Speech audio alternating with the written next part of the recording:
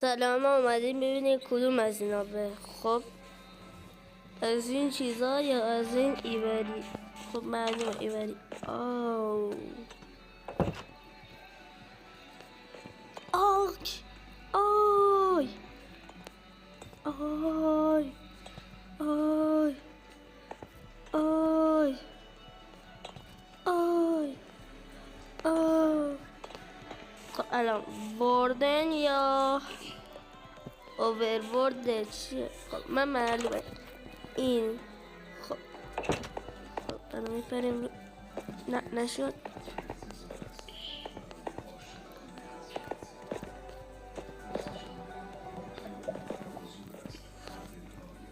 اصل یا اسکله؟ معلومه که اصل.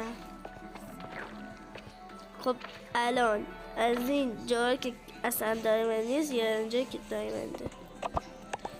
خب الان چی تفعال بکنیم الان؟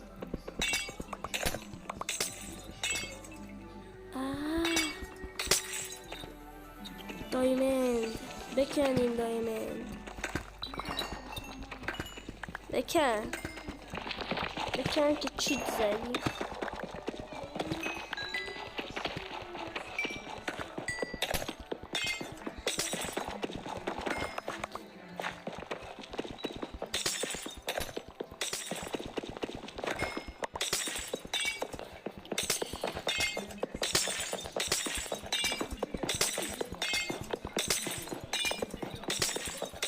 خب الانم اومدیم این. خب الان 18 تا دایمند کن. سابسکرایب میکنید یا لایک میکنید؟